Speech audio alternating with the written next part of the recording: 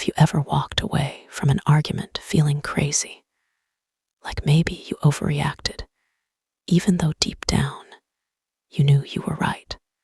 That's not just confusion. That's gaslighting, one of the most silent emotional manipulations in relationships. And today on CozyBond, we're unpacking what it really is, how to spot it, and most importantly, how to heal from it. Gaslighting isn't just lying. It's when someone tries to rewrite your reality until you stop trusting your own memory, your feelings, your voice. It can sound like this: you're too sensitive. That never happened. You're imagining things. Over time, these little cuts become internal wounds.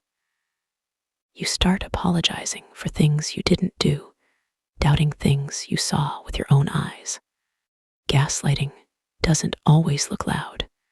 Sometimes it's disguised as concern, sarcasm, or even love. You begin to shrink, to second-guess your tone, your memory, your sanity. But hear this: if someone constantly makes you feel like your emotions are invalid, that's not love. That's control. Here are some red flags. They dismiss your feelings instead of discussing them. They twist your words when you try to explain yourself. They make you question what's real. You end up apologizing just to keep the peace.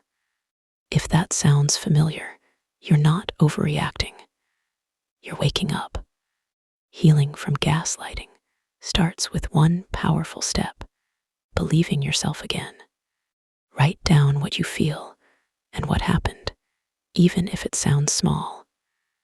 Journals don't gaslight you. Surround yourself with people who validate your emotions. And most importantly, rebuild your sense of truth, one honest thought at a time. You don't have to win their approval. You just have to trust your own voice again.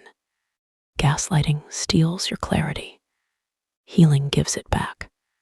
You're not too sensitive. You were just made to feel small by someone who feared your light. If this touched you, like and subscribe for more healing conversations right here on CozyBond.